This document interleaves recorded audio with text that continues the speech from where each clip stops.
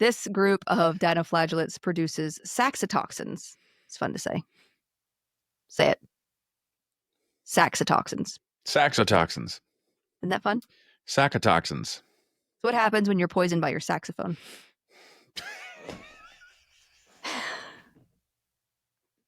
I've never played a saxophone, so I don't know.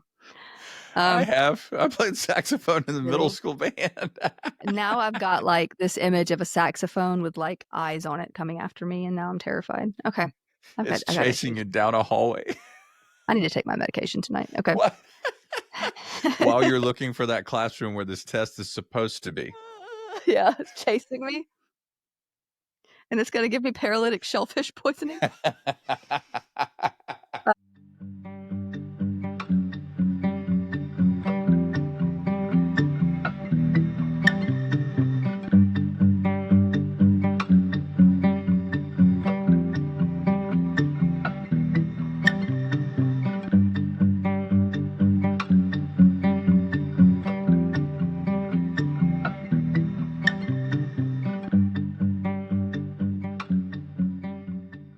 Hello again, everyone. Welcome back to the Poisoner's Almanac podcast. I am your co-host, Adam.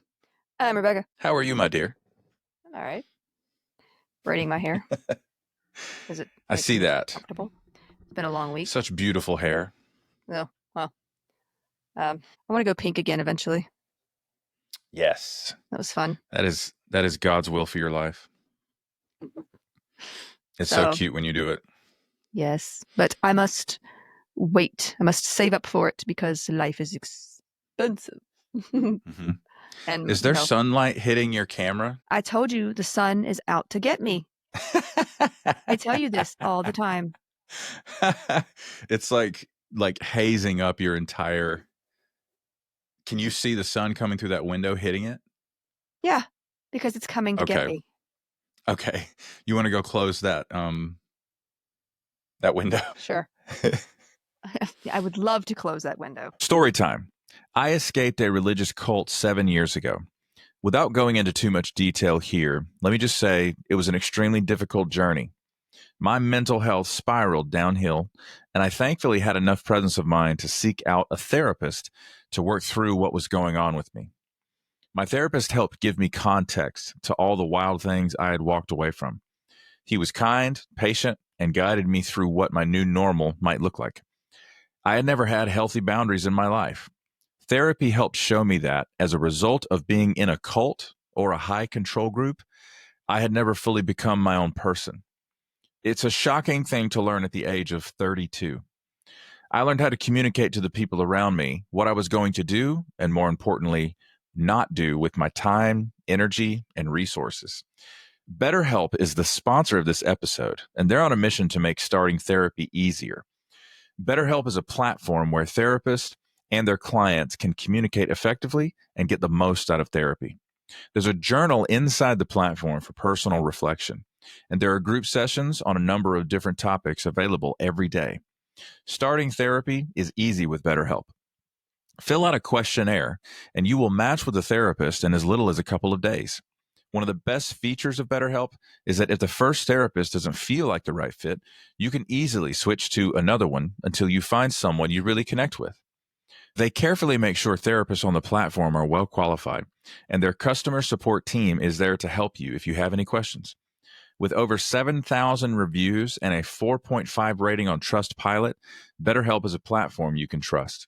If you're struggling and think you'd benefit from a therapy session, go to betterhelp.com/almanac or choose the Poisoner's Almanac during sign up and get 10% off your first month of therapy. Why are you booping me? Your nose is cold. It's cold boop. The dog is booping me with her cold, wet nose. What? Yes. What? You just want pets. Okay. All the pets. So I've been scrambling for literally weeks now on tech issues and, finding a way to upgrade our video quality. We are actually now using, I don't know if you guys, hopefully you viewers on the video version will see, we're using our brand new phones as webcams. So there should be an uptick in the the clarity in the camera shot and all that stuff. But anyways, I'm literally had to commandeer my 9-year-old's laptop because it was new enough to use the continuity camera feature that Apple has now. And like My laptop. People are probably like, why does your 9-year-old have a laptop? My mom, grandma. Exactly. But it will also come in handy because online public school next year, that's what we're going to be trying to do with her. So yes, that's going to be a thing. That's right. So anyways, I have been scrambling. Many an evening have been spent. This is a new microphone because I could not get my the audio interface that I use to record have used to record every single episode that you guys have heard does not, for whatever reason, want to link up with my daughter's MacBook. It's been kind of a circus without a tent. So anyways, I have to show you guys this. hey. Our friend Tasha, who is a listener and a patron, and we know her. We met her in person because they live like 2 streets over from us. Was that Sadie's collar? Mm-hmm. Okay. She got me this because it kind of looks like me. She got me this for my birthday. Of course, if you were if you were that yellow, you would probably need to get your liver levels checked. But yeah. Yes. Definitely. Anyways, thank you so much, Tasha. This is hysterical. It's even got the same glasses. It does. The same glass. Hang on, can I? You got to smile like that. Go. You need to draw big old eyebrows up top. Just. Yes, that's what we need. Yeah, that's what we need. Yes, it's very comfy. It's very comforting. And now you get it. Yes. So what's new with you, Hunt? Well, I'm trying to remember everything I did this week because it was such a long week, and like I did it to myself though. I made the mistake of scheduling like 3 different appointments this week between me and Camilla, and that's on me. Oh. I found my planner earlier this week, and I was like, I did it! I found my plan. I always like use my planner, but then I like lose it. You found one of your planners. One of them, yeah. But so, folks, for any of you who have inattentive ADHD, what Becca has going on is she has 4 or 5 planners in this house, and she rotates through them because she finds them. And let's say she has 5. If she finds one, that's the one that she has right now. And she's going to rotate through them. And as she finds them, she updates them. And then she moves on to the next planner because she'll lose the one that she currently has and then find the next one in the series. So does Becca have one whole planner between the 5? Yes. Well, the autism side of me wants to kill the ADHD side of me. So there you have it. But it can't find the tools because the ADHD side of me lost them. So that's good. Exactly right. This is how I survive. Yes. Also, we got a wonderful gift from Miss Shay 10 is what she goes by on the Patreon. I'm going to cover up her address, obviously, but she sent me a birthday card with a custom wax seal. I got one. I'm going to put this up to the camera so you guys can see that. It's very. Isn't that gorgeous? I like the colors. Look at that. Yeah, the wax is like, what would you call that? Calico or it's very like multicolored. It's so cool. I'm trying to get the texture and the light right there. Look at that. Isn't that cool? So I thought, let's open it right here on video on the podcast. What do you say? Okay. I don't have the heart to destroy this wax seal, so I'm just going to slit across the top. Yeah. You had a envelope or a letter opener that you stole from me, and you lost it. Yeah. What did I do with that? Be nice to have it back. I'm just saying. Never. It's mine. Okay. Let me get this thing open here. Just mingle amongst yourselves. I feel like this is going to turn out like that QVC viral video from years ago where the guy is showing you how indestructible those katanas are on QVC, and then it breaks, and he's like, "Oh, the tip just got me, Odell." Did If they have y'all to haven't call? seen that video, please go look it up. They had to The call guy like on EMS. QVC. What's that? Didn't they have to call like Yes. EMS on him? Yeah, one of the producers with a headset on comes on camera after that guy goes down to the floor, and he's like, "We are going to need emergency surgery Services. in the studio." Look how beautiful this is. It says, "Happy birthday. It's so golden shimmery." Gold. Is it because your name is Gold Star? Like your I don't email? know. Great Your email? question. I don't know. I mean, it fits. And on the back it says Aurora Bell handcrafted. I'm guessing that Cool. Shay actually, that might be her brand. I don't know. It's it's a birthday card to me, but right inside it says, "Hi Becca," right there at the bottom. Hi. Okay. It says, "Happy birthday to you, dear Adam. I hope you had a lovely birthday. Your friend in poison, Shay 10, April of 2025." This is fantastic. Thank you, Shay. Thank you so much. It's gonna be May. That song actually bothers me because I know he's trying to say me, but he says May. Like, I know I guess it's on purpose, so I don't know. I'm not the biggest JT fan anyway. He gives me like icky vibes. I don't know. Listen, he did Brittany wrong, and we all know it. Okay. All right. So that's going to bring us to some housekeeping for the old podcast. Be sure to follow us on whatever platform you're listening on. Thank you in advance for leaving 5-star reviews on Spotify or Apple Podcast, if applicable. Follow us on socials. We have links in the show notes. We now have dedicated, always have had the Instagram. Now we have a dedicated TikTok and YouTube for the old podcast. So we're gonna be uploading full video episodes to the podcast YouTube. And our short form clips and stuff to the TikTok. So follow us there. I want to do some I want to do some like personal ones too. I just have to once Camilla's out of school, I'll actually have the time to record some stuff and actually put it on there besides the clips and stuff too. So yes, if there's anything we've learned since becoming content creators just over a year ago, it takes bandwidth. It takes bandwidth to be able to produce content, whether it's podcast or videos or what have you. So Camilla's had a rough year anyway because she just got diagnosed with ADHD, which I had suspected for a while now.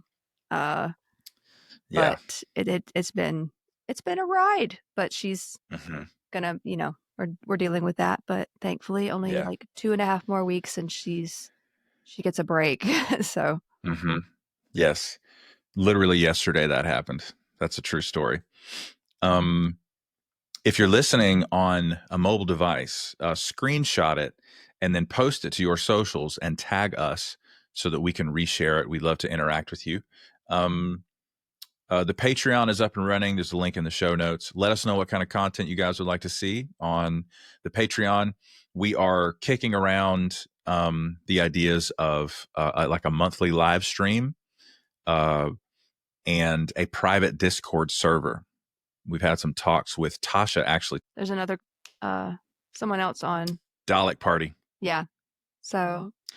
Dalek Party, I forgot your actual first name. Excuse me. How rude. Sorry. Did you know they have Daleks at Build-A-Bear now? No. They do. Is that real? And they also have K9. He's broken. He doesn't do any more noise, but oh, that's too bad. Anyway, but yeah, also for our first live stream, people have been asking like how I put notes together and stuff, so maybe we can talk about some of that. Because it feels like how you do your research. And stuff, because it's kind of, I feel like it's kind of hard to do a whole episode on how I do episodes. It feels a little Inception-y. I don't know, but like, I could probably like talk about it in real time. Does that make sense? That might be a good first. 100%. Part of the that'd first be part there. So live stream would be great to explain all that for sure. And we're kicking around the idea of live stream, like a monthly live stream, something like that, a private Discord server. and maybe some other things. We're talking about adding another tier to the Patreon. Um, for people who are interested in those new perks, and also the new tier would serve to invest in our production equipment. So we've spent a decent amount of money just to get to the point of doing video, and we want to bring you guys ever increasing quality of content, and yeah, so we're just thinking about expanding and bringing the pleasure of poisons to more listeners. So um and again, there's perks for patrons now that already include weekly bonus episodes, the opportunity to leave us. Oh, it's doing the gestures. Do you see that? That's an iPhone thing. Yep. Let me The do it again. gestures. Hey. Oh, does mine do it? I think so. Is it turned on? Mine doesn't like me. Oh no. Maybe it's because I'm hosting the video on my computer.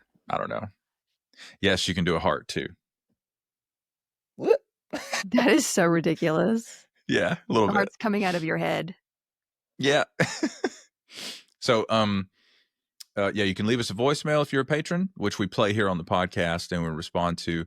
And also, you get shouted out by name on the podcast. And those people are as follows: 87 Pens Girl 71, Mara Santiago, Kate the Fairy, Grace Lahan, Genevieve, Nahev Shatrit, Jay Went, Inken Hafner, Kira Yorsek, Tay of Sunshine, Monique, Shane R., Sue Steves, James Mills, Megan Geiler, Liz B., Wooly Wolf NZ, Mama G, Nicole Rivers, Richard Miyako, Heather Nolan, Kaylee, Sasha Rubel, Maya Shostak, Maggie's Yarm, Ogre the Viking, Lynn Rocket, Brett Moser, Zaid, Neil Houdini, Nicole Crane, Jefferson Vargas, Carmen Q, Sarah G, Knittin Ninja, Estar, Olive Octopus, Betsy Rich, Terrorsaurus Hex, T-Bug, Christine Moljadi, Morgan Brittingham, Blau Frosch, also known as Clara Jurisons, Vix, Anne Maria, Carl Ziegler Jr., Clyde, Jennifer Wilson Richter, Macaulay Sterland, Too Fidgety, Wendy G, Elena MK, Vilma Anderson, Caitlin Martin,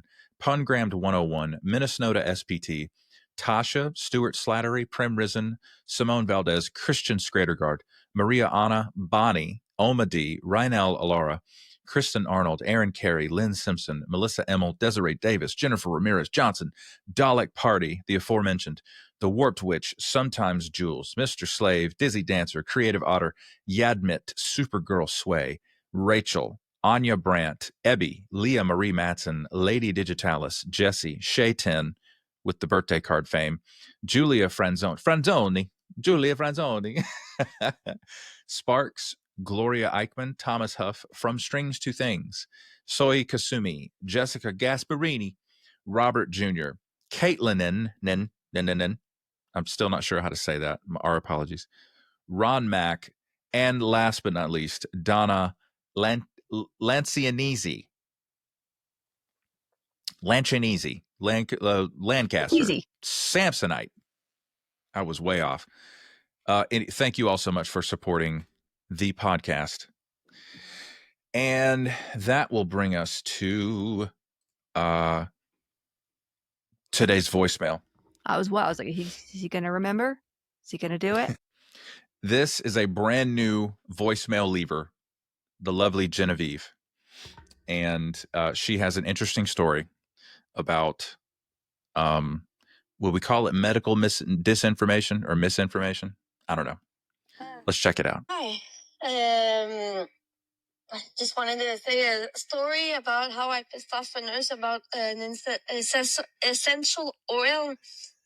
She was trying to get a lady to take the lemon essential oil for her cold, and I was like, not sure if she should be taking that because of medications and all that. And she was still trying to convince the lady about that. And the lady, she chose my advice on not necessarily taking the essential oil. And I knew she had heart problems. So I said, like, I'm going to go see someone who knows about the essential oils to see if she could take it, and didn't work out. Phoned her, and I told her, and she was happy that I got the right information for her. Oh, good. Yeah, always good to get that information because Oof. it may sound like a good idea, and it's like, I know people think of lemon, they're like vitamin C. I'm like, okay, well, just take vitamin C if you feel like you need more vitamin C. But and essential oils, like, they smell good. I think some people like to put it on their skin. Don't put it on your face because it can dry it out if you have dry skin. But like, and there's like alcohol based, they have that, in them, so it's not really great for the skin on your face, at least. But people like to smell them to, calm down, feel better, and that's totally fine. But I have heard of people like drinking them and thinking that they cure this, that, or the other, and it's like, I mean, yeah. So, and Yeah. they cost money. They cost a lot of money. It's like always the people that are like, I just do essential oils. I'm like, well, you're still spending money though. Like, that's not, Yeah. I mean, medicines cost money. I get it. It's ridiculous, but so do things like essential oils and stuff like that. So nothing wrong with the way That's they right. smell, but there are some that have been proven to be like endocrine disruptors, like tea tree oil, if used a lot. Nothing wrong with having them in like hair care. Like people wash their just essential oils in your hair care. That's fine, whatever. But I wouldn't Yeah. drink it or overuse it or put it in places. Places. Maybe don't. And also, like with medications, definitely check to make sure that nothing interferes with medications, because there's a You lot don't that want to do. risk that. Yeah. But good job. Good Yeah. job. Yes. Well played, Genevieve. Essential oils are a massive, they're a very lucrative business. And they are not, they're not evaluated by the FDA in America, for instance. So there's no telling, it's kind of similar to, I run into a lot of patients who, they have a large stash of vitamins from like a single company, like a vitamin supplying situation, and a lot of it just makes your urine very expensive because your kidneys will eliminate excess supplements or vitamins because the body doesn't use it that quickly, etc. Well, there's also the fat soluble vitamins too. Vitamin D, is it A, D, E, and K? So like you have to be careful with, because those will be stored in your body, and you could not have some fun effects from that. But things like biotin, I've heard of people using biotin for hair, but that can also cause, I think, some heart issues if you take too much for too long. So like, just because you see it, it's like, oh, take this, it'll make your hair so beautiful. Like, do your research, like look it up, make sure it doesn't cause any like issues with, health issues you already have or medications. Ask your doctor, let them know what meds you're taking. It's just important to let them know all that stuff, because if they don't know, they could just prescribe you something that might not go so well with that. And Genevieve she even knew that this lady had heart problems, which that's not something you need to play games with. No, and honestly, just because someone's a nurse or even a doctor, like, if boy, something feels a little iffy, get a second opinion, because it's just we've seen, especially, there was an explosion of it when COVID happened, but it's not a guarantee that somebody with credentials is engaging in evidence-based medicine. And of course, for me, for somebody who, I have a doctorate in my field, I mean, honestly, for the sake of evidence-based practice. And when I saw this happening, I would see people with medical credentials end up on every podcast you can imagine. And they were just, I mean, it was almost like the ultimate Uno reverse. It's like it felt like they were simply trying to be contrarian. And I could not understand it for the longest time until I finally got the courage to admit to myself, these people are grifters. But not every person who works in healthcare has the moral fortitude to hold to the axiom of do no harm. I know, I've told them plenty of stories on the Patreon. about I'm some sure nurses you and such. So have. I've seen some stuff. Yeah. But yeah, and So, I mean that goes the same for any profession, though. You know.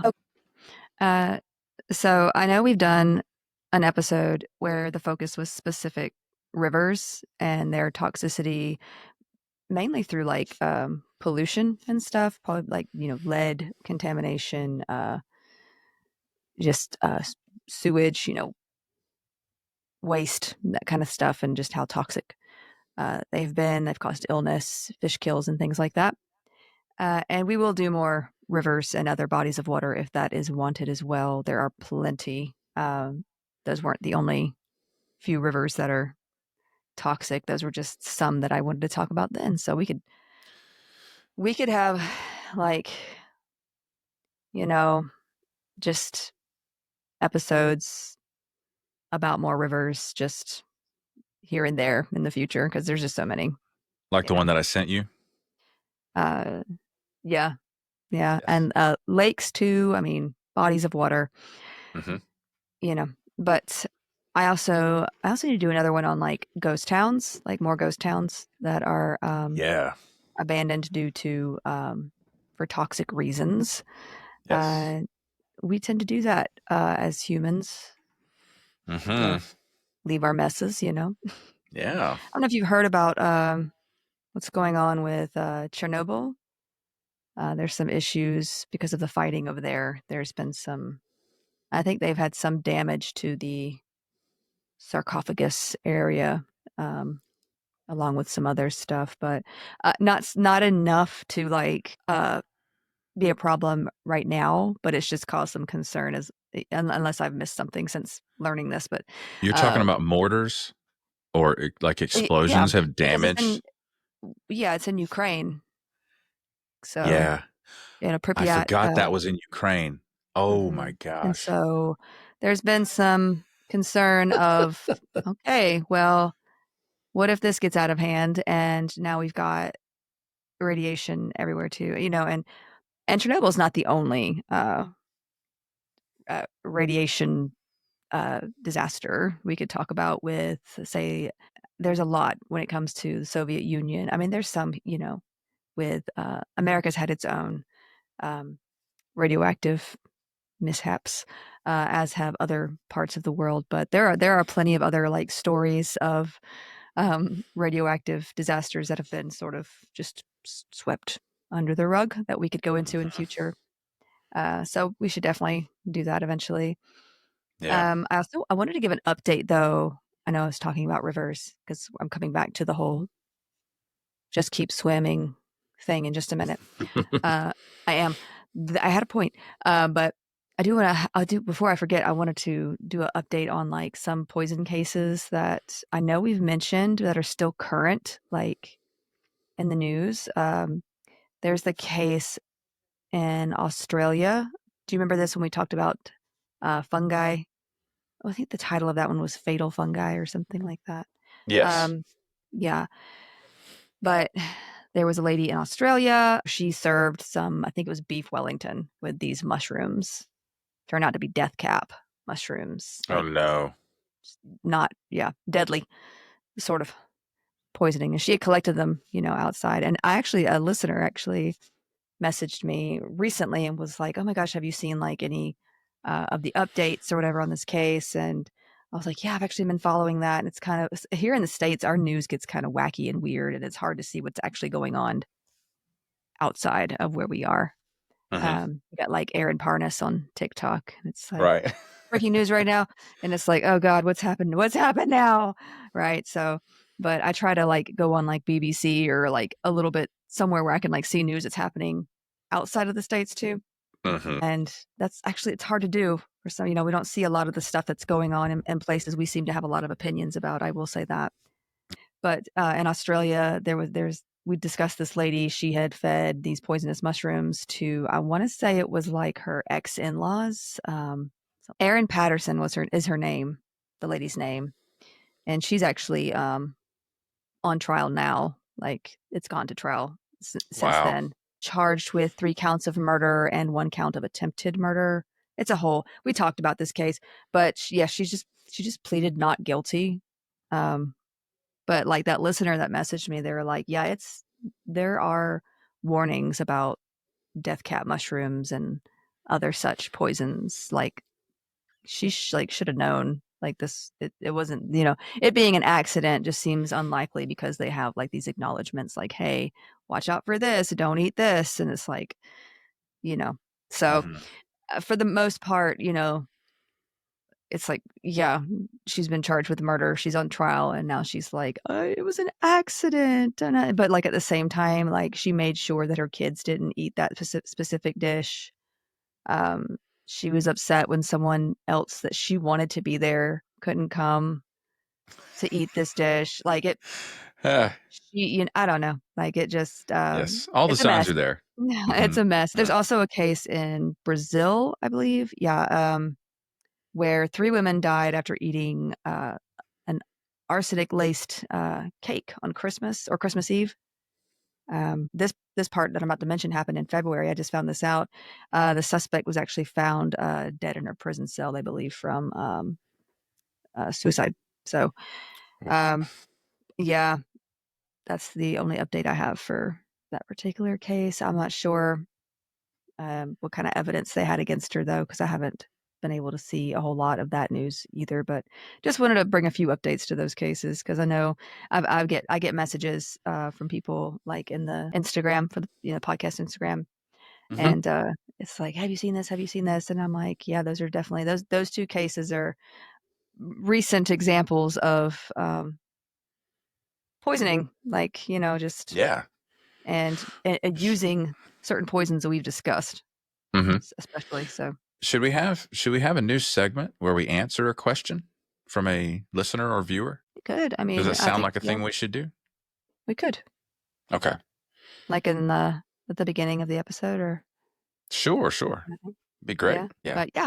But yeah, I just wanted to give those few updates for that Mm-hmm. before jumping back in here. And now we're going to talk about water again. See, I'm bringing it back. I'm bringing it back. There you go. I got a little distracted, but I'm bringing it back. So, yeah. But I want to talk about some teensy tiny meanies that will mess you up if they can. And all of these are in the water that you might swim in as summer draws near, for us at least here in the States, and in this hemisphere. For those currently entering winter, just be advised for when the spring returns, I suppose. Although in some places seasons don't seem to matter for like water sports. So like some people, I think, was it in Australia, I'd be more worried about the sharks, the box jellies, and the Aaron Pattersons, and the everything else, land or sea. So yeah, so a lot of venomous creatures and poisons there. The gimpy tree thing freaks me out. Like, I'm clumsy. You fall into that thing, it's like pain for 10 years or more. Yeah. No, thank you. No, thank you. So yeah, but I'm actually saving a personal fear, aquatic fear, and nemesis of mine, though it likely has no clue I exist and wouldn't care if it did, because I just couldn't fit it in here. So stay tuned for that. Most of you that listen to us enough likely know what that is. Yes, and we need to acknowledge that you actually resisted that urge. I did. Because you have resorted to what is known in society as lying to your husband. One time I needed to finish the stories that I was working on, and I digress. You can digress to someone else because I'm moving on. Oh man. Now, some of these aquatic baddies are obviously worse offenders than others. Some are parasitic, others are bacteria, actually. And yeah, I thought I was going to be able to fit like so many things in here, right? I'm writing down like things I already know about. And then I was like, well, let's talk about algae first. And that's what I did, right? I started looking into algae, and next thing I know, I'm like, already got the 5,000 words, right? And I'm like, well, I guess we're just talking about algae and cyanobacteria today, which is what we're doing. Right. And that may sound like algae. Well, who cares about algae? But like, friend, stay tuned. Yeah, it can be a mess. And Obviously, sometimes we think algae, we think of like those like long pieces of seaweed or the algae in your fish tank. And like those are, yeah, that's algae, but there's so many different kinds, and some can produce toxins. Um, and cyanobacteria is also known as like, it's been called blue-green algae, but it's actually it's cyanobacteria. It's bacterial in nature, not an actual algae. So that's why I kind of separated those, but we're going Okay. to talk about both of them. All right. Yeah, they're separate organisms. So now, not all algae is bad, and some is actually very beneficial to specific ecosystems that it's found in. In the helpful sense, algae species can help with oxygen production. It's really necessary for that kind of thing for those environments. It can be a food source for some organisms. I heard that too. It can, and we'll talk about that too, because it is an important food source for quite a few organisms. But it can also, it's used in various industries like food and cosmetics. And like all I see in my head right now thinking about that is Ursula from like The Little Mermaid when she's like putting that lipstick on. Like Yes. it's not algae, it's like a clam or something. She's putting that red lipstick on. I don't know, but it fits. And like Ursula's like one of my favorite Disney villains, mainly for her Yes. lines in the movie. Like she has great lines in that movie, and they're always in my head, always. Like I will be someplace, and it's like that voice where she says like, "Life's full of tough choices, isn't it?" I Right? knew Like you were going to bring that one up. Yeah. that one is always stuck in my head, and so like whenever I'm Right. facing a tough decision, I just hear Ursula in my head. Not sure what Yes. that says about me, but um, you poor unfortunate Okay. souls. Okay. That one, We digress. my teacher used to sing that to us whenever she would pass out tests back, like math tests. Savage. Traumatizing. My dear sweet child, that's what I do. That's what I live for. I'm just a Disney villain, so I'm sorry. All right, I'm moving on. I know. I like Ursula. Leave me alone. You have your Anyway, looks, your pretty face. and I'm don't sorry. Now I'm not forget helping. about I'm sorry. body language. I know she's the bad guy. She's the bad guy, and I'm glad she loses. But I do like Folks, the listen. her character is great. Anybody in the American workforce who is around 40-ish years old, we're not adults. We are amalgamations of Disney quotes. That's it. That's who you're dealing with. That's who's selling you that used car. That's right. Sorry, Algae. I was trying to keep us on the rails, and then I myself went off the rails. I do apologize. You did, and you should. Okay. Now, just like humans have our own little ecosystems of bacteria, as you know, good and bad, depending on many factors, especially like amount and location. Algae, in some cases, can also be deadly for aquatic life and even dangerous for those on land that come near it. Algae, by definition, are photosynthetic eukaryotes. So these are the cells that have like a membrane-bound nucleus. So, and then there are a lot of different species. They can range from the microscopic and unicellular, microalgae that just kind of exist alone, or they can, or within diatoms. And then like you could have your giant kelps too, and anything in between. So seaweed is technically algae. The Latin word for seaweed is alga, might be alga. The etymology has been debated. Some have attributed it to the Latin algere, meaning to be cold, but that doesn't really make all that much sense. Others think it comes from the Latin word allegia, meaning entwining or binding. I could see this if you've ever gotten like into the water with a lot of seaweed and it felt like something was grabbing at your ankles. Gross. Or like those like slimy, oh God, no. I hate it No. all. But the Greek word for seaweed is phycos, which meant red algae or the name of a dye that came from it. Then you have the Latin term fucus, which means like rouge, like the cosmetic, comparatively. So this might have actually originated from the Hebrew word puke, not puke, but No. puke. Maybe? Let's go with it. Puke, puke, P-U-K. I'm sorry, I don't speak Hebrew. Feel free to, correct me. Yes, please help us But because it can't be puke. There's no way. oh, a pook. Um, but this basically meant paint and would have referred to eye makeup of like any color, not just red, worn by ancient Egyptians and others in that area of the world. There's a book called uh, Historia Fucorum, which was written on the subject of algae back in 1768 by Samuel Gottlieb Mellon. I'm guessing the G in front of that is silent. Oh, how's So it the spelled? subject, Gmelin. Gmeli. Yeah, Oh, interesting. Okay. it's an interesting name. A So G followed by an M is not a combo I'm used to seeing. this is That's in like wild. the 1700s. So I'm not sure Okay. how it was said then. So the Huh. subject of algae has been looked into for some time, even before this, like various genera were being identified. So, Uh-huh. it's been around. This particular book was the first work dedicated to the subject, however, and on marine biology in general. It's supposed to have some really elaborate drawings, so that's pretty cool. Hmm. I mentioned there's different species, but it's more accurate to say there are classes altogether.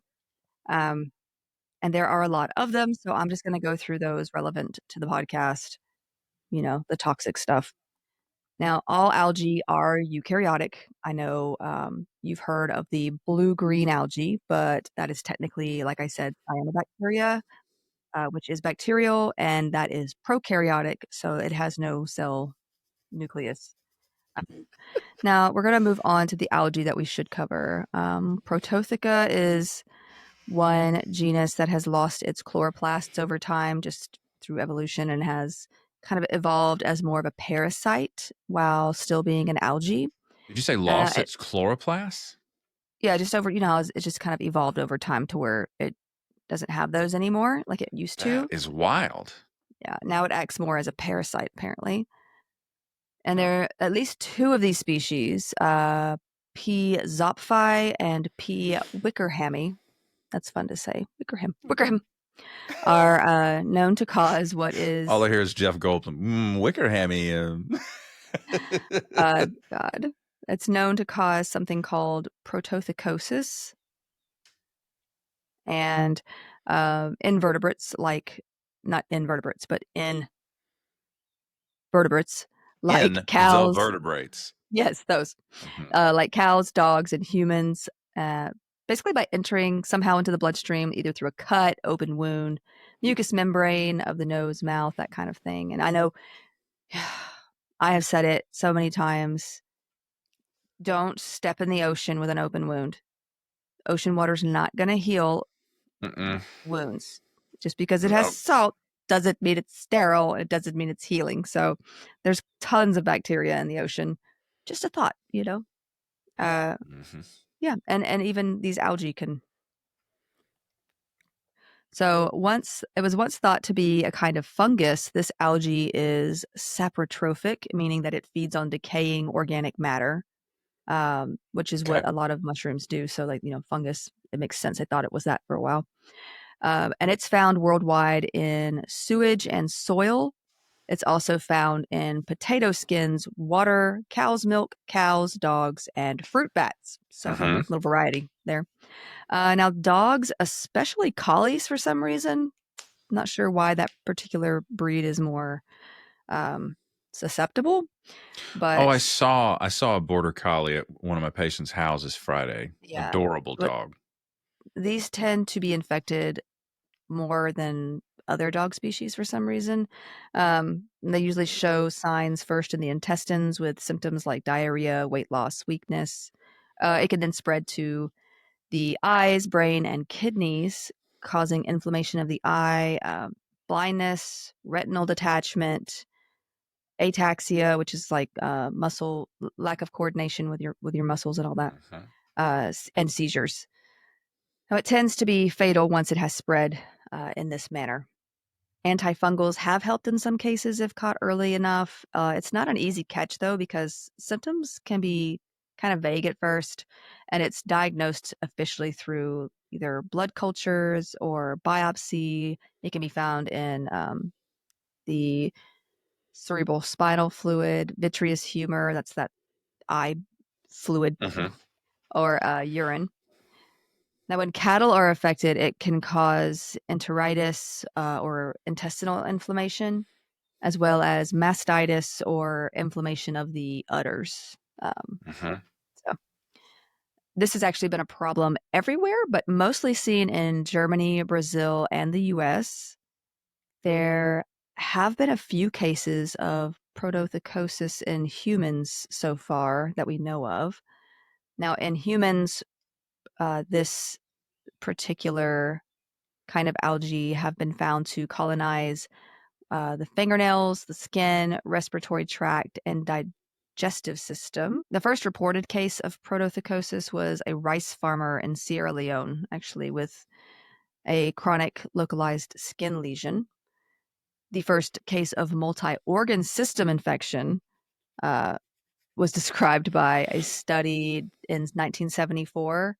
And since then, a few cases of protothecosis have been described, mainly in patients with like diabetes, continuous peritoneal dialysis, renal transplantation, steroid use, AIDS, or any kind of immunologic defects. So any kind of like immunosuppression going on within your body.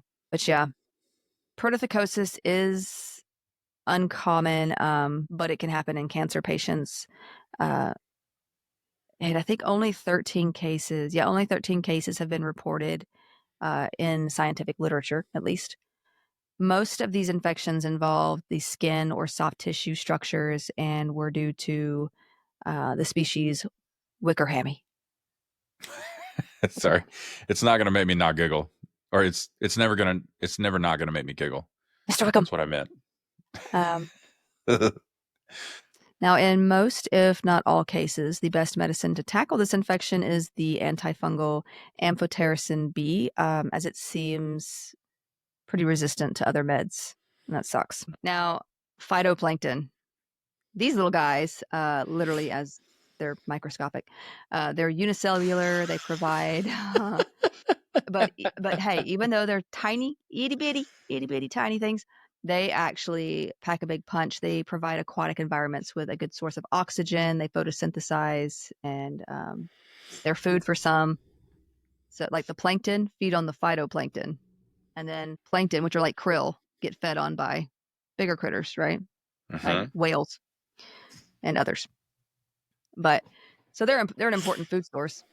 Now, phytoplankton are plant-like, and there are also zooplankton, whatever, that are more critter-like.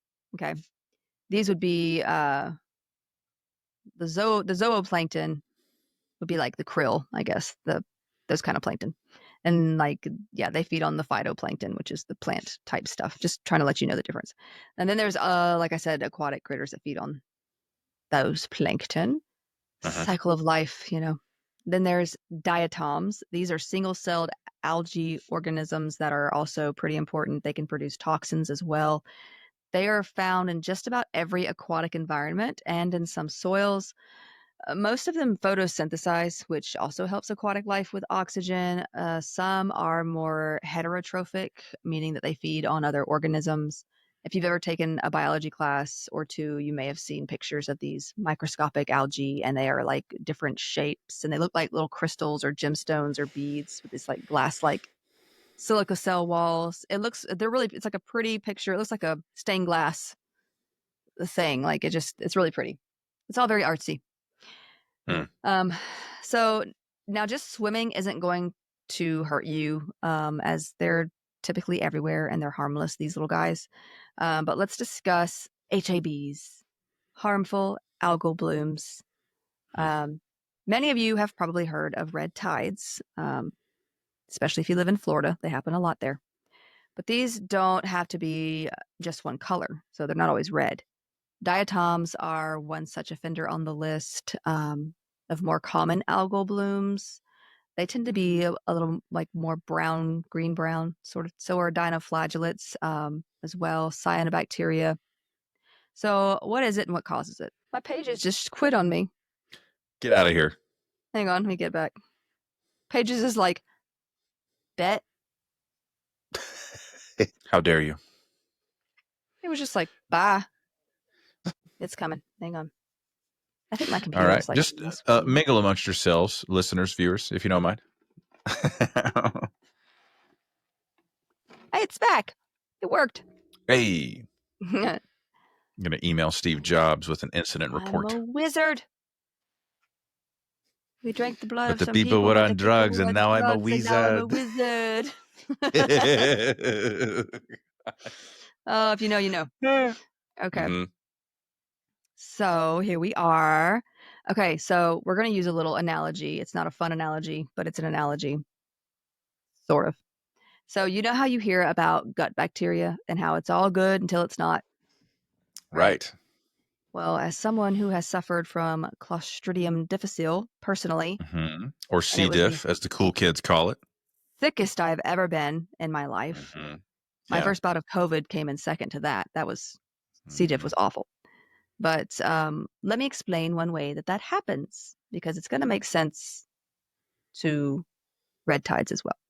So yeah, it's not the only way, but one way. So I had a sinus infection, unfortunately, pretty common for me, like every fall, because I'm allergic to like everything around that season. I catch stuff easy for whatever reason. And my sinuses are hoarders, apparently, and can't let anything go. They Mm-hmm. just hold on to everything in there. So, yeah. So I was prescribed antibiotics at that point. Pretty standard, you know. I think it was azithromycin. It's probably like a Z-Pack, you know. This infection was pretty stubborn, so the Z-Pack really didn't do much at all for it. And then 2 weeks later, I was still being held hostage by my sinuses. My doctor decided to order me some Augmentin, which is like a combo of amoxicillin and clavulanate, I think. Clavulanate potassium. It's a combo. So it's a broad spectrum antibiotic, and it's a good one. It'll take care of things, usually. I should mention also, this was like a very stressful time in my life because I was in my last semester for my bachelor's in middle grades education. So I was doing like teaching that year. I was, you know, and the teacher that I was apprenticing with hated my guts. I kind of think I know why. I think it's because I corrected her that one time, but I did it in a nice way. She was teaching something wrong, and I wasn't trying to be disrespectful, but I knew I had to teach the same like subject or like in the next class, and I was That's like, right. if I do it differently, she's gonna. Anyway, it got Yes. complicated. The autistic brain, and all of the autistic people will identify with this. It craves consistency, it craves accuracy. And so you were not going to let that pass.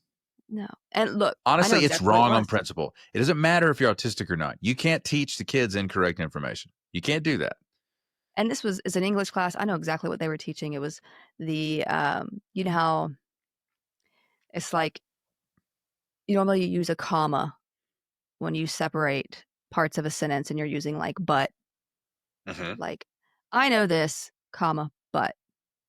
She kept wanting to use a semicolon. And I think what you're supposed to do is, if you do that, you don't use but. You just use the semicolon. So you either use the comma and then but, or you use the semicolon. You don't like mash it all together and then, right? Anyway, it was something little, and I was like, and I wasn't even like, hey, that's wrong. I didn't say it like that. Hey, dummy. I was like, I literally was like, wait a minute, is it this way, or like, because this one says this. I acted like I was confused too, right? Of course. Wonderful. Wonderful performance on your part. Was she in front of the class teaching this at that moment? No. This was after the class was over. I waited, and there was nobody else in the room but me and her. See, I thought I had done spectacular when it came to how I did this. Yeah. But for some reason, after that, she started spreading rumors about me around the school. She hated me. That's right. Yeah, she basically sabotaged me with the principal, who was honestly bad vibes himself. I wasn't a big fan of him anyway.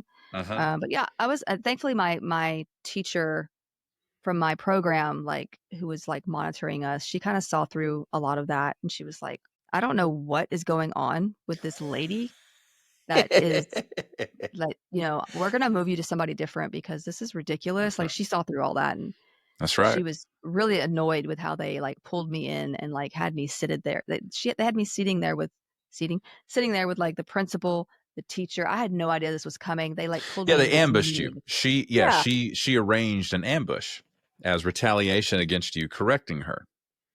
and they were pretty mean. And I was like, I just remember Yes. thinking like, Hmm. And that's like, because she has also sabotaged that principle. and She like knows she can pull that string. they were trying to get like an emotional thing out of me, and I was just like, Uh-huh. I was still stuck on the fact like, why are we here anyway?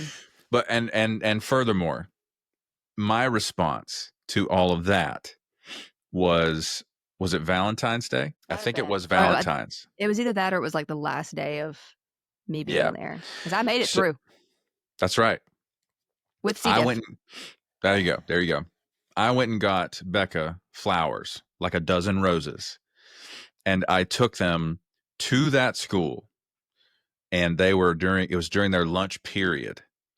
So Becca and the entire class was out there, and tons of other students. The lunchroom is full, and I come out there and I give her these flowers in front of everybody, and it felt so good to show her just some genuine affection because of everything she'd been through up to that point. It was really great. And of course, this room is full of middle school aged children, and so they're flipping. I was Yeah, like, "Oh my god, aw!"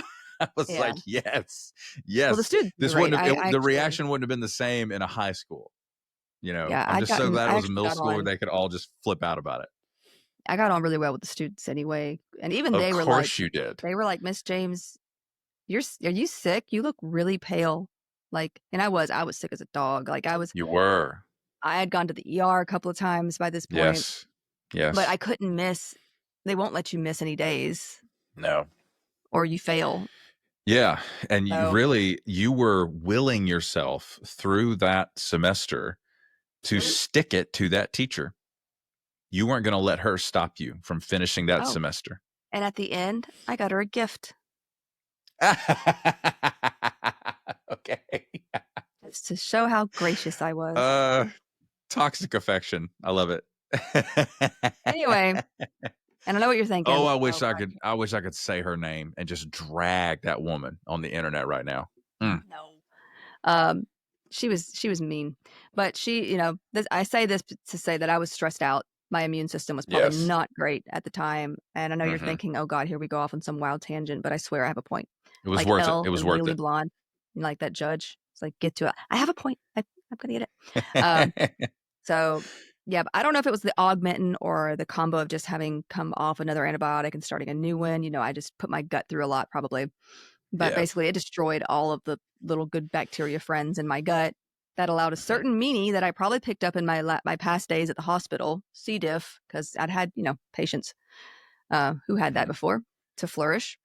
It was like the Art of Intestinal War by Sun Tzu, but as told by bacteria. Okay. Well played. I see what you did there. Um, yeah.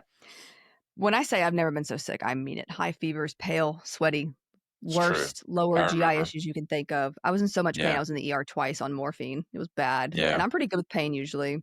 Hmm. So it being bacterial, I was put on antibiotics, which got me in this mess to begin with, right? Sort of. Hmm. Flagyl for 2 weeks. This didn't work. Didn't help at all, honestly. The thing about C. diff is it's tough to get rid of and it's tough to Hmm. kill. Yep. Only bleach will destroy it on surfaces. So those with C. diff in the hospital tend to be in isolation rooms. You're supposed to gown up and wear a mask and gloves to go in and just talk even. It's really contagious. It's horrible. And I'm still personally terrified of antibiotics, even though I know they're necessary. Yeah. So also, you can have a patient all week not protected at all. Then their labs come back positive for C. diff. And it's like, well, crap. I mean, literally, but crap, right? Right. In this case. Right. And you've been around them already, so it's like, so they put me on vancomycin for like a month. Mm-hmm. Vanc. And I was also on oxycodone because it was painful. It was awful. I had to see a specialist, started to have problems. I started eating different things just to help with like fiber and probiotics and such. Finally started to get better. I think, finally getting some good bacteria back in me helped a lot. Mm-hmm. And so that's that's how I defeated C. diff and the Karen. And why I'll take probiotics every time that I take antibiotics. And it's not because like I don't think probiotics are actually proven to prevent like C. diff when you're on antibiotics in scientific literature, but it still makes me feel better. And it isn't hurting me. It's like just making sure that all my good bacteria isn't killed off, right? Mm-hmm. So yeah. So and also only use antibiotics as needed and as directed, and don't work in the Correct. hospital. Okay, that last one was a bit of a joke, but kind of. I tell you all this again. I just kind of want you to imagine the ocean as like the Earth's gut, right? For a second, it's got good guys in there called algae, and there's all different kinds. It's also got bacteria and such in the right amounts as well. But now instead of adding antibiotics or something to kill what would be bad, and would also kill some of the good stuff too, imagine we're giving it too much of something that bacteria and algae love. So, like nutrients for them, like nitrogen and phosphorus, the kind of stuff that comes from like agricultural runoff. Mm-hmm. And this would be like from farms and ranches and such. So, like if you've got pesticides or you've got a chicken farm and there's all of this manure, and it's just being like the rain is picking up all this stuff that it's full of nitrogen, it's full of phosphorus. Fertilizer, gets swept with the rain into storm drains out into the ocean in some places or wherever it goes. So yeah, Mm-hmm. but yeah, this doesn't just happen in the ocean, it happens elsewhere too. But this will over support these algae and bacteria, and without anything to keep them at normal levels, they'll become a huge problem instead.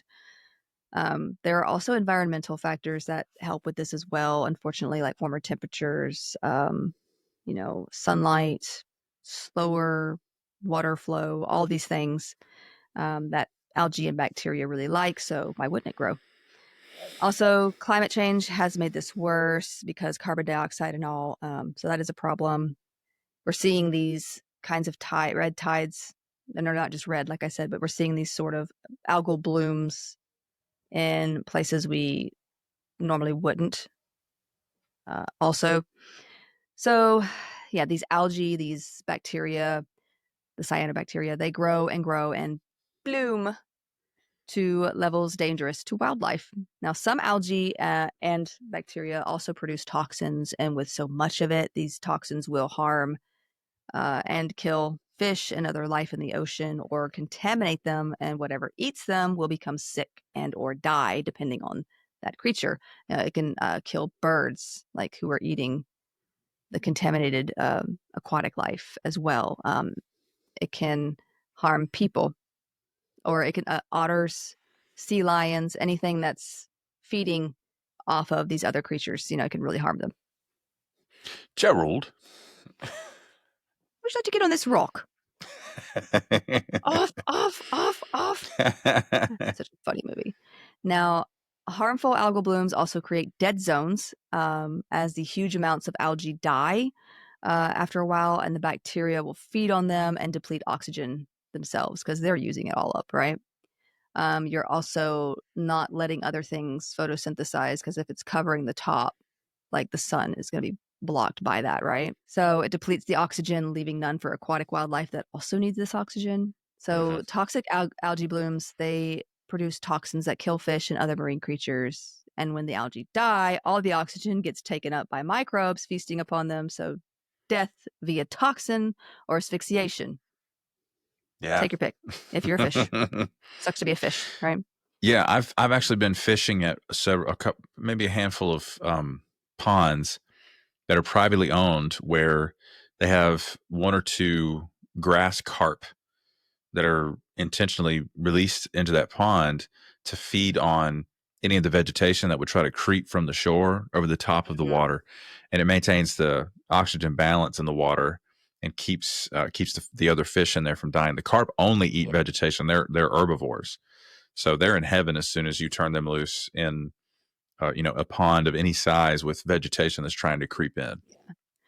Yeah, and it's very delicate, like the ocean, just any kind of aquatic.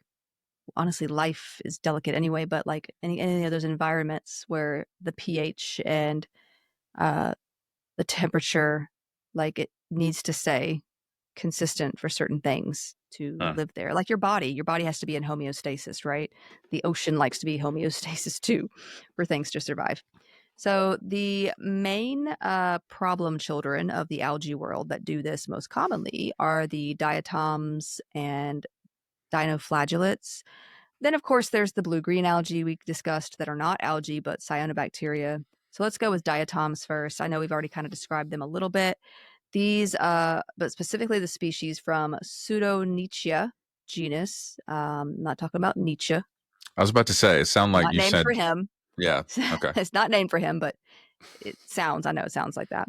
And don't get confused with like names of stuff. You don't have to memorize all these names or anything like that.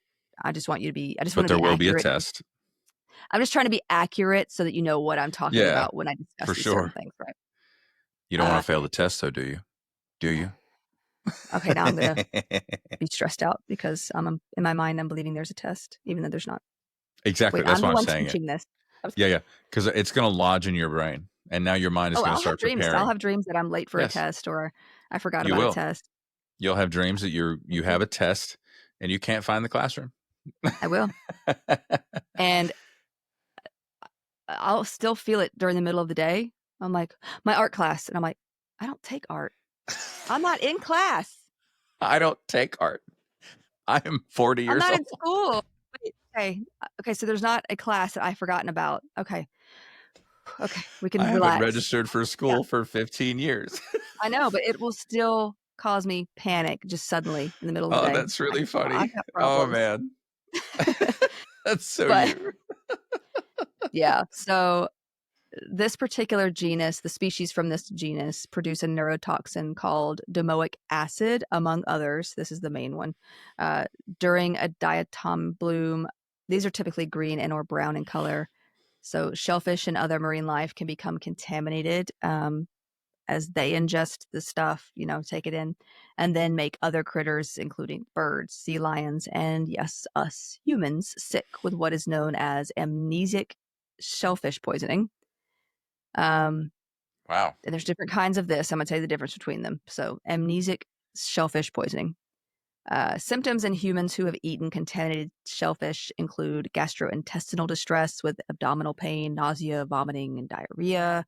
Also, neurological issues like headache, dizziness, confusion, memory loss, as the name amnesic suggests.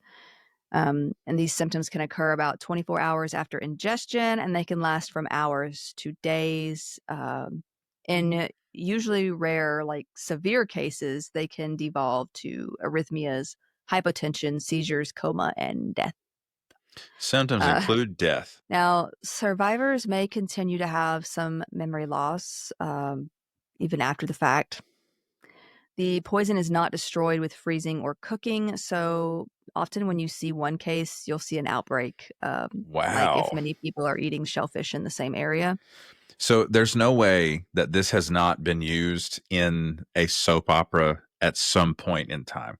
Amnesia is like in the top 3 plot devices in soap opera screenwriting. It's hysterical. Is another one coming back to life? Yes, coming back from the dead. Sonny Corinthos on General Hospital. My mom watched that stinking show, and she taped over my 5th birthday party. Okay, well, we're record that stinking show. Don't have to talk about all that right now. This is before you could go stream things. This was like you had to record an episode if you wanted to watch it later. Yeah. Trauma. Sorry. That's really funny. And honestly, I don't. She really recorded care over my 5th grade birthday. Like I completely opened that up for you, birthday, and I apologize. Yeah. It was literally the only home video we had too of myself. So You just had one tape. You can keep just recording one, on. just Yeah. one tape. Honestly, I'm over it. I joke about it now. It doesn't really bother me that much. Anyway, so Your eyes move So- side to side like you were checking. Does it bother me? Yep. Is this still a thing? now this is what we do with our traumas. Okay, we eat them. Push it way down deep where nobody will ever find it. Okay, yeah. Now Okay. there is no antidote. So treatment will be based on symptoms. No, you can go to therapy. You can work these things out. Oh, I'm you're in talking about therapy. okay. Sorry. Now, I don't think I've told her that story though. Now, outbreaks of amnesic shellfish poisoning have been reported in the Americas, especially the coasts of California and the Pacific Northwest, as well as in Canada and Chile. Is it Sorry, that got me good. Chile? Chile. Chile. Ciao. Ciao, please. Ciao, now, please. Europe as well, and Belgium, France, Ireland, Portugal, Scotland, and Spain. And Follow also, me. I'm delicious. Also the Pacific, where like Australia and New Zealand and such are.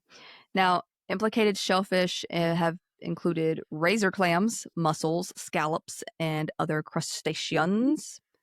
Sounds like something Matt Beery would say. Crustaceans? I have been double crossed by the devil. But thankfully, this is pretty rare, like I said. But outbreaks do occur every now and then, so it's just important to like keep your eye on like how the wildlife or the aquatic environments are doing. Now, dinoflagellates, these are unicellular phytoplankton as well. They can be photosynthetic or feed on other organisms. So phototrophic and heterotrophic, or can be both, actually. Some actually feed on diatoms and fish eggs. It's a cold word out there, kids. Grab your coats. Those of the genus Dinophysis and Prorocentrum produce the toxin okadaic acid, which causes diarrheic shellfish poisoning. Wonder what that one does. Symptoms include GI distress, mainly diarrhea. There it is. Abdominal pain, nausea, vomiting. It can show up about 30 to 60 minutes after eating contaminated shellfish and last about a day or two. This one is usually more mild than some of the others. Still not fun. It can result in dehydration, however, which can be dangerous for some, like small children or the elderly. There have been outbreaks of DSP, if you will, worldwide, but more commonly in parts of Europe and Japan. Concerning species of another genus, Physteria, this is a non-toxic form usually, but it can turn toxic to aquatic life simply by being around schools of fish. I'm going to explain because this is a weird one. So they usually feed on other algae and bacteria, kind of more of like bottom type feeders down there. But when big schools of fish are around and there's like fish excrement in the area, these particular algae will grow and begin to release a toxin that can cause paralysis. Toxic forms are described, so it can go from non-toxic, environment changes, now they're toxic, and then eventually they can go back to non-toxic again. It's like, it's weird. Okay. Yeah. So when I say toxic forms, it's the same thing. It's just now it's toxic. So these are typically described by some as ambush predators because they may release this toxin that paralyzes the respiratory system of even some fish, like fish you can see, killing them by suffocation, essentially, in a sort of surprise, you can't see me attack. They then like eat the fish's tissues. Now, this particular way of attack has been debated as we just don't have concrete evidence to support that there is this exotoxin like fully killing fish under normal circumstances. But studies of this toxin are still being studied. And in one case, mice exposed to it through water were apparently affected neurologically. But this was also with a fixed amount of the toxin. So it would have been probably at a higher dose, like in a laboratory setting, then it's probably a higher dose than you would have seen it in the wild. And like, I feel like you have to be careful when you see things like that, when it's like scientists find that this particular fluoride's a good example. Actually, we talked about fluoride, and fluoride can Yes. be a poison at certain Mhm. doses. And your Someone toothpaste, once you're told gonna be me the fine, dose. right? Yeah, someone once told me the dose makes the poison. Yeah.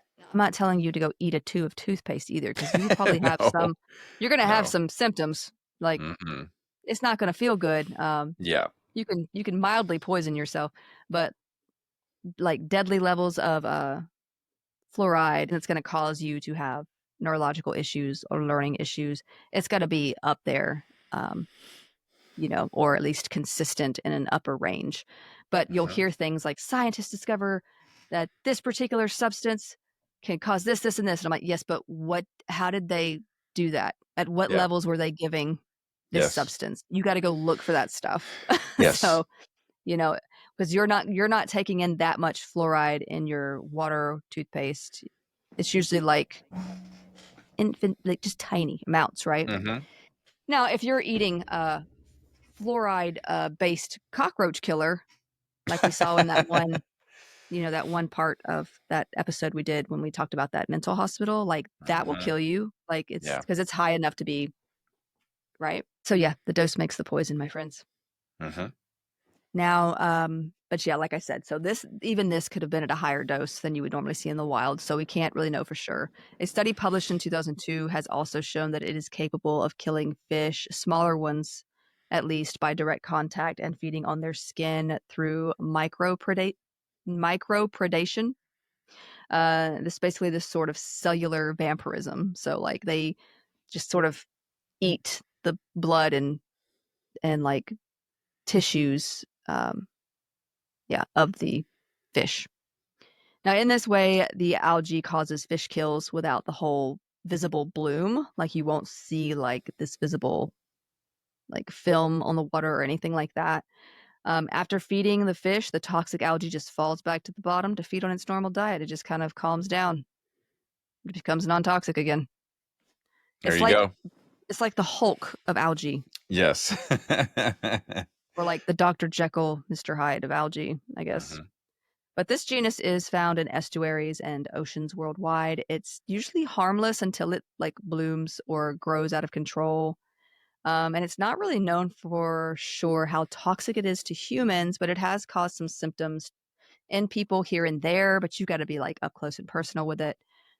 Most toxic algae, like the diatoms we just discussed, harm people through contaminated shellfish or seafood. Physteria, on the other hand, seems to affect people only when its toxins are inhaled or absorbed through the skin. This is, or maybe when they swallow the water that they're in. This is Mhm. potentially like a new route of exposure. So, this being looked into. And just like with red tide toxins, like when there's some airborne material, you won't be able to see it, but they can have direct effects on the human lungs, causing like asthma or asthma attacks or hurting people who already have like chronic respiratory issues. But Physteria is the only known algal toxin that apparently is absorbed through skin or lungs, causing systemic effects on human health, including memory loss and other neurological symptoms. But according to a CDC report, the evidence of its human health effects is scanty, though. So like it's still being studied. And the reason why we don't have as much information on this particular species too, or this genus, is because of how it acts. Like it can be invisible, cause fish kills, and then just go away, right? Right. Like it's hard to like see what it's doing. Yeah. Yeah. So anyway, but the only such study to date that we really have was a team of medical specialists from Johns Hopkins University, also some from University of Maryland, examined this small group of people who swam or worked in Maryland's um, Physteria infested waters. And they diagnosed them with a condition called estuary associated syndrome, with symptoms like confusion, disorientation, skin rashes, and headaches. Now, all of these subjects recovered, so they just had this particular grouping of symptoms. And this particular organism actually made the news in a viral way, actually back in 1997 up in the New England area, I believe. It was given the title Cell from Hell, which is pretty dramatic, and it caused this bit of Yeah. unwarranted kind of hysteria, to be honest. I mean, yeah, of course it would. You're going to name it that. Now, to be fair, in 1988 alone, algal blooms such as this killed vast numbers of scallops in New York waters, causing $2 million of losses to that state's shellfishing industry. It wasn't this particular species, but when they're hearing algal blooms, they're probably thinking of past things like this. This particular algae, though, has also killed millions of fish in North Carolina. It's been known to be present in South Carolina. So it can really mess with that industry, at least like the seafood industry as well. So basically along the east coast of the US, really, it's been up and down. So yeah, algal blooms have led to illness and loss of a lot of money in various industries. So the fear was easily sold. Also, it's hard to, like I said, it's hard to study this particular one. And so anything that's a little bit like mysterious, it's like, ooh, witchcraft. Yeah. And I will say, though, that when studied in inadequately ventilated areas, these toxins have been found to be quite dangerous. One lady and her assistant actually suffered memory loss and other health problems after working with this particular organism in a laboratory. Like there just wasn't Wow. like there was, it was being inhaled. I imagine it wasn't much, there wasn't much ventilation. So that's Yikes. yes. So yeah, the toxic algae must be grown under strict biohazard conditions, and a facility has been built at North Carolina State Universities just for this purpose to prevent that kind of thing from happening again. Okay. Yeah. And so, but in the open air, open water areas, most believe that you're fine to swim and and all, as long as you just avoid fish kills. Like, I mean, if you see a bunch of fish floating on the water, you probably shouldn't go near that anyway, right? Don't go in there. Yeah, there hasn't been outbreaks of illness from this particular one, really, though, apart from like that study they did with those few symptoms. And they haven't found outbreaks like from those on fishing vessels or crabbers working these areas. So, it's just it's still up in the air as to what it can do. Now, educational programs are being designed for physicians, however, to aid in the accurate diagnosis of estuary-associated syndrome, according to this epidemiologist at South Carolina Department of Environmental Control. His name is Robert Ball. They're basically going to teach you to have some common sense, basically. If you see a fish kill, don't go near it. Just don't go near it. Yeah. Don't do that. It's like those like horror movies where like that person's like, I wonder what that sound was. I'm going to go find out. Let's go. Oh man, I'm still giggling about that TikTok, that stitch that somebody did where they found a random throne in the woods and that person stitched it and they were like, unfind it. Mm-hmm. Put it back. Uh-huh. Put it back. Don't open that. Mm-hmm. So yeah. What we do know is when Pfiesteria bloom, you have this sort of invisible tide of fish kills. It's not colorful or really visible, but you see fish kills, there's probably something going on. Now, there is a species of dinoflagellate that causes the well-known red tides that have been seen in places like the Gulf of Mexico, the coasts of Florida, especially North Carolina and Maine, the coast of California, off the coasts of New Zealand, Australia, England, any coast in South America. I mean, they can anywhere with coastal waters, essentially. Now, different species of dinoflagellates are found in different places as the culprit for red tides. So I'm just going to discuss a few. Carinia brevis, literally Karen. It's kind of funny. I'm sorry. I'm sorry to everyone named Karen out there. I know you're not all. If you're Karen, you're not all bad. I know. Yeah. If you're Karen and you're nice, you need to start, posting on social media so that we know that that's actually possible. Yeah. Thank you. I mean, and I'm sorry to those named Karen, but there are Karen traits, right? So, you know what I'm talking about. Right? Mm-hmm. I've known some very nice Karens, and then I've known some people who were like Nancy's, and those are the Karens I'm talking about. So this one actually has been the main cause of red tides in the Gulf of Mexico, especially along that Florida coast right there. These red tides around Florida are common and they're seasonal. So they happen like a lot. They typically peak around late summer when conditions for algae are great, unfortunately. Now, some of these blooms can last up to 18 months. Like they just stick Brother. around. Okay.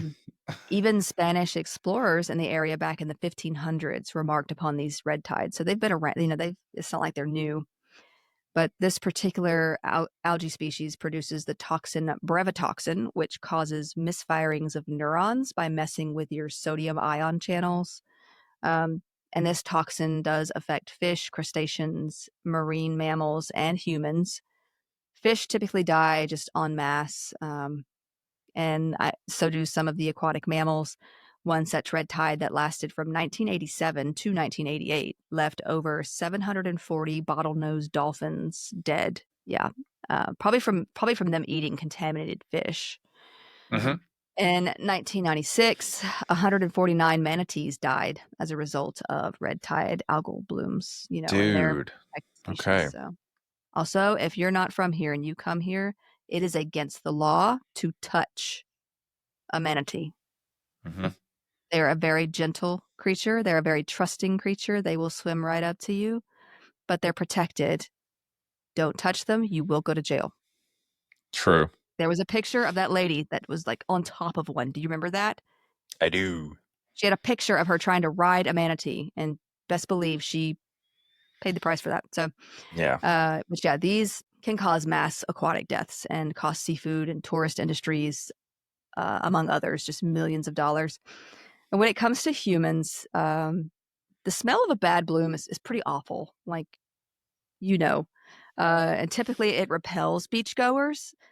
But those who do brave the smell could be hit with respiratory distress if the aerosolized, wow, that came out weird, aerosolized matter is inhaled. Aerosolized red tide respiratory irritation, or archery, is what that is typically known as. Okay. This usually begins with coughing, wheezing, runny nose, eye irritation, and dizziness. And this is more of a risk for sensitive people like those already dealing with respiratory illnesses, like chronically. Treatment usually consists of bronchodilators and supportive care, and a lot of times these beaches will have signs, or they'll be like blocked off, like they won't let you go on there for your own sake.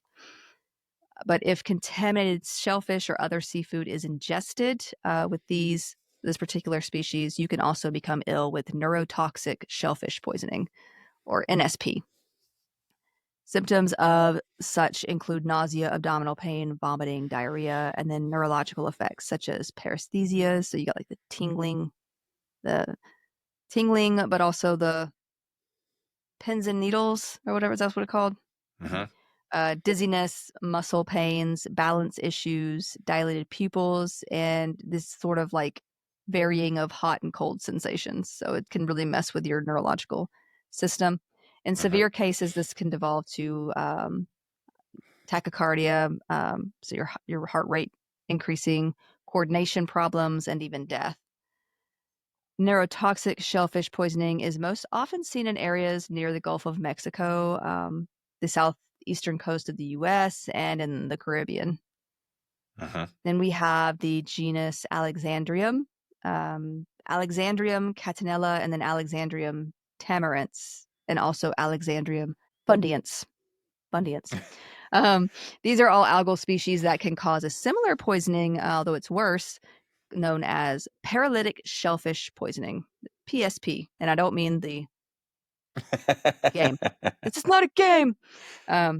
This group of dinoflagellates produces saxitoxins. It's fun to say. Say it. Saxitoxins. Saxitoxins. Isn't that fun? Saxitoxins. So what happens when you're poisoned by your saxophone?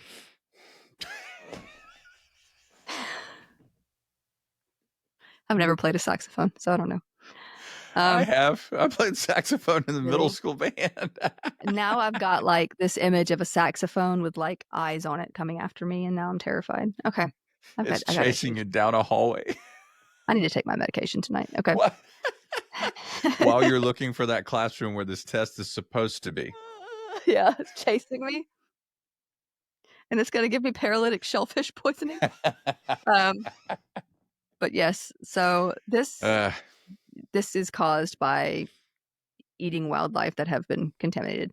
Now, symptoms of PSP are numbness and tingling in the mouth, lips, and extremities, dizziness, headache, and difficulty breathing. Obviously, this is a more severe illness caused by a more severe toxin.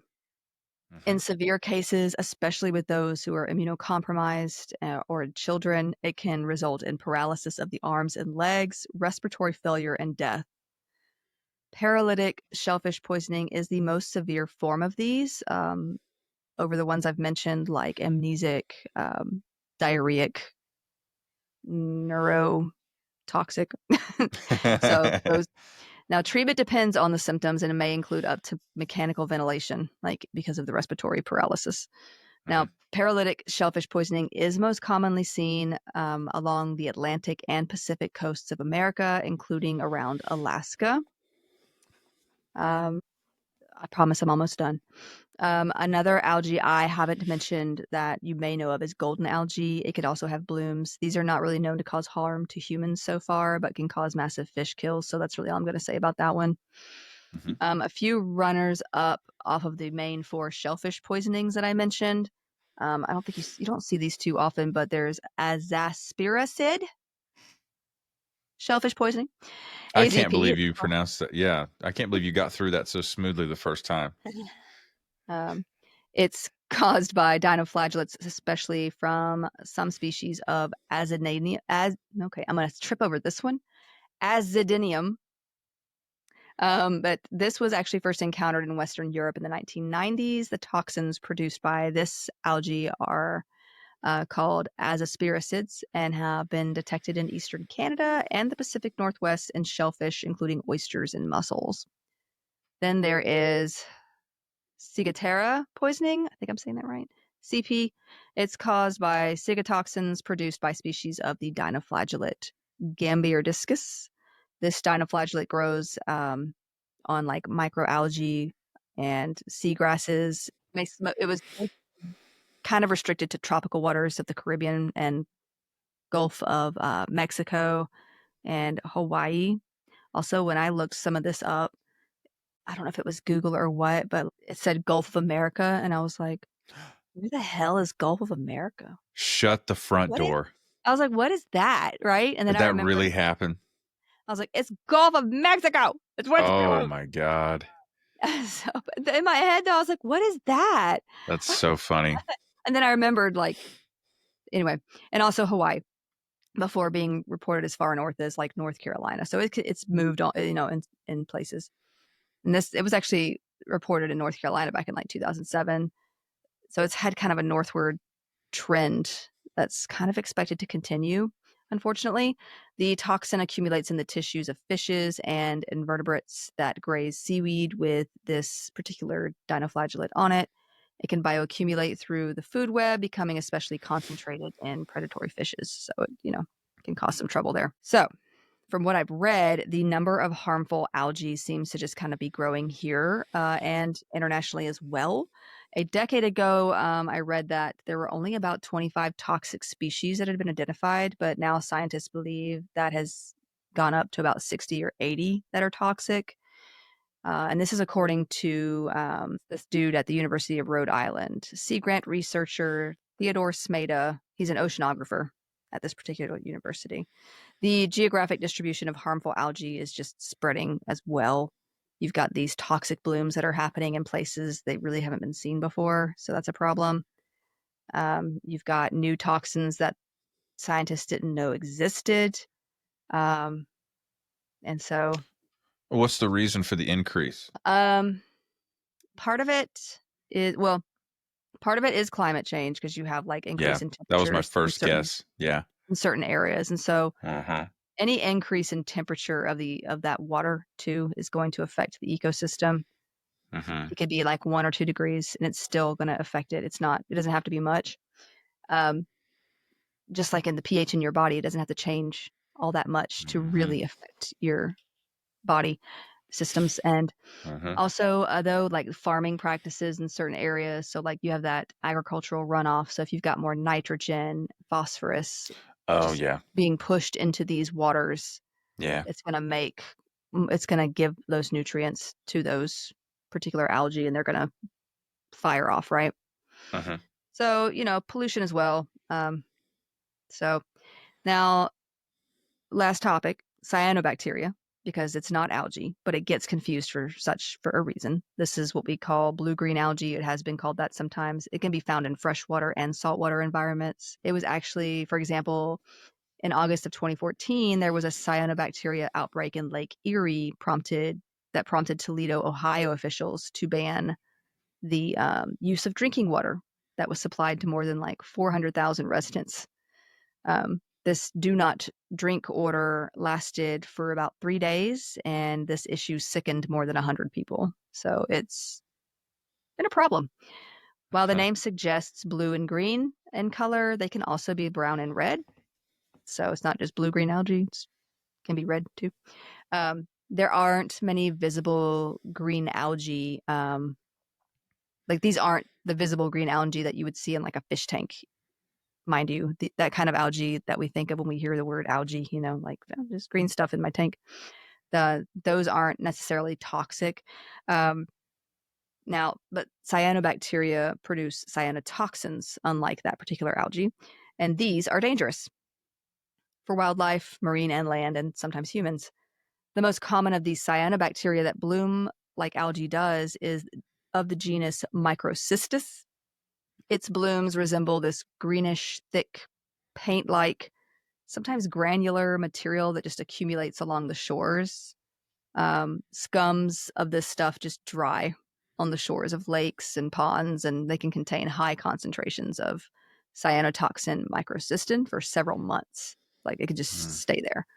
And this can allow toxins to actually dissolve back into the water, even when the cells are no longer alive or after like a bloom has ended. So like those toxins can still get back into the water after the fact. And this is like, I think we had a problem with this. I remember like people talking about don't let your dogs near these ponds that have this like blue-green algae, this cyanobacteria, because if they drink it or they eat it, they could make them sick. It could kill them, that kind of thing. Yeah. But yeah, there's many others, some that bloom on the surface of water, some that are bottom bloomers.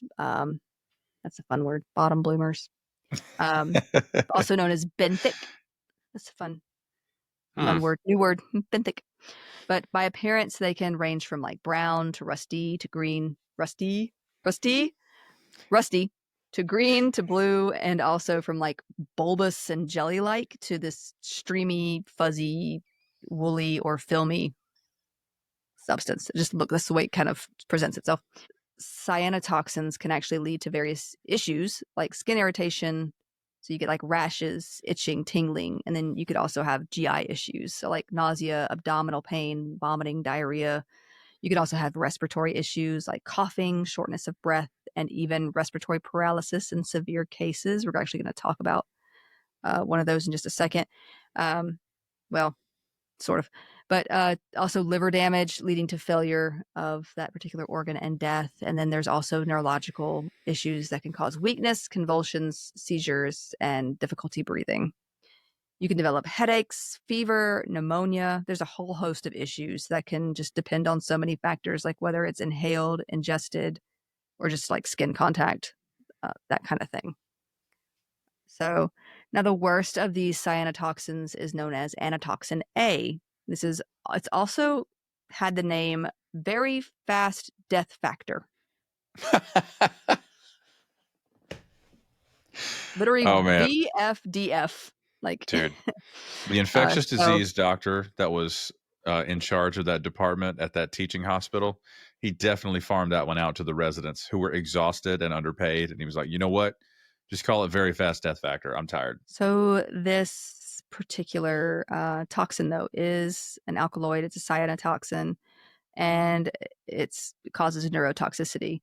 It was first discovered in the early 1960s in Canada after several herds of cattle died as a result of drinking water from Saskatchewan Lake in Ontario, Canada, which contained toxic algal blooms, and it was isolated in 1972 later on. And look, if it can kill a cow, it can probably kill you. Just saying. True. Cows are big. I'm not saying that rule is without exception. I'm just saying, in this case, the toxin is produced by multiple genera of cyanobacteria, and it's been reported in North America, South America, Central America, Europe, Africa, Asia, and Oceania. So everywhere. Symptoms of anatoxin A toxicity, these can actually include loss of coordination, muscular fasciculations, convulsions, and death by respiratory paralysis. It acts on the nicotinic acetylcholine receptor, and it can just mimic the binding of that receptor's acetylcholine. So it just attaches, does its deadly magic. It is produced by several surface and benthic, our new word, growing cyanobacteria. Did you say benthic? Benthic. Mm-hmm. Yeah, you've been thick since I met you. I'm just gonna keep going like I didn't hear that. Are you calling be sure me to leave us a 5-star review, folks. Wait, are you calling me a bottom dweller? Because benthic means it's feeding on the bottom. I don't appreciate that. No. You get the joke, right? I do. Okay, good. I'm just messing with you. I'm just messing with you. Okay. Anyway, so this includes the common Anabaena floss aqua. I had a hard time not saying anabanana when I was reading that word the first time, because my mind just wants to keep taking it to another syllable. Ingestion of water or recreational water that is contaminated with this toxin can just prove fatal, since this toxin was found to be quickly absorbed through the gastrointestinal tract in animal studies. It can cause skin and breathing problems if contacted either of those ways. There have been cases of non-lethal poisoning in humans who have ingested water from streams and lakes that have contained these the cyanobacteria that were capable of producing these toxins. The effects of non-lethal poisoning were mostly gastrointestinal. A case of lethal poisoning was reported in Wisconsin, however, in 2002 after a teenager jumped into a pond contaminated with cyanobacteria. He was 17 years old, and he and some other teens were swimming in this pond. 2 days later, the boy went into shock and suffered a seizure before dying from heart failure. Terrible. A companion who was with him on that day, who had also swallowed some of the pond water while swimming, he later became sick with severe diarrhea and abdominal pain, but he did survive. There were 3 other teenage boys who did swim in the pond at the same time as those, but they didn't fully submerge themselves in the water, so they weren't really affected in this way. They had some minor symptoms on their skin. But after finding this cyanobacteria upon testing during autopsy, the coroner and others stated that anatoxin A poisoning was likely the cause of death in this situation. So there have been dog deaths, pets, from this toxin as well, in places like New Zealand, the US, mainly in California, Scotland, Ireland, France, and more recently in Germany. So just, keep your pets from this stuff. This has killed cattle as well, as I've mentioned earlier. Another interesting yet tragic occurrence of this particular toxin has been in Kenya, where it's caused the deaths of around 30,000 flamingos in the later half of 1999. Okay. Yeah. It does continue to cause mass destruction among the flamingos here. So wow, that's not cool. Yeah, because they're eating from that, infested water. Yeah. It does have a cousin, goes by the name of, it's related to something called guanotoxin, which is also called anatoxin AS. The S stands for salivary, but it makes sense in a minute. It's a neurotoxin. Signs of high-level guanotoxin exposure consist mainly of excessive salivation. That's where you get the S from. Lacrimation, urinary incontinence, muscular weakness, muscle twitching, convulsion, respiratory distress or failure, and death. So it's got a nasty little cousin too. Mhm. So I've given you a lot of algae and cyanobacteria info and names. Now, these important parts of the ecosystem can become mass killers of wildlife and dangerous to humans as well, because it can rob them of oxygen and produce dangerous toxins. So it's just important to be aware of algal blooms wherever you are and to avoid swimming near them, or eating seafood in the area. Keep kids and pets away as well. Be observant of what's going around. Like, you see this scummy substance in the water, I don't think you should play in it anyway. It's not a good idea. Also, if you have like asthma or other respiratory issues, just stay away from areas where there have been reported blooms, because inhaling these particles can cause worse problems. Like I said, a lot of beaches will close when there's a red tide detected, just for the safety of others. But there's also like techniques these days to test water and treat when it's advisable, like ponds and streams. They can add certain things. There's algicides, and they could aerate the water to get the kind of oxygen to those fish that haven't died and hopefully don't die, while they treat it. But yeah, algal blooms, they're not new. They have been increasing due to various factors, both environmental and man-made. And importantly, they can make you very sick, and they can kill you, usually through the ingestion of contaminated seafood. But it's rare, but it does happen. It's just something to know about. And now you see why I could not have included one of my favorite topics until next week, because I know Yes. How many words did you end up with? like 5,500. Thank you very much. Okay. So you went over the limit once again. Oh my God, it was only by 500 words. That's it. Okay. Could have done Are so you much. lying? I'm not lying. You're not lying like you did last time? No. No, I'm sorry. I'm reading your little me versus 100 gorillas. Yes. Try. Mm-hmm. You'd get wrecked. Are you changing Gorillas the will. subject? Are you changing the subject because you did lie? Is that what's going on? No, I moved pages out of the way and I saw your thing. Okay. Yeah. But okay. 100 gorillas. All right. Okay. Well, that's going to do it for this episode of the Poisoner's Almanac. Thank you. Thank you all for listening and watching, and we will see you in the next one. Bye.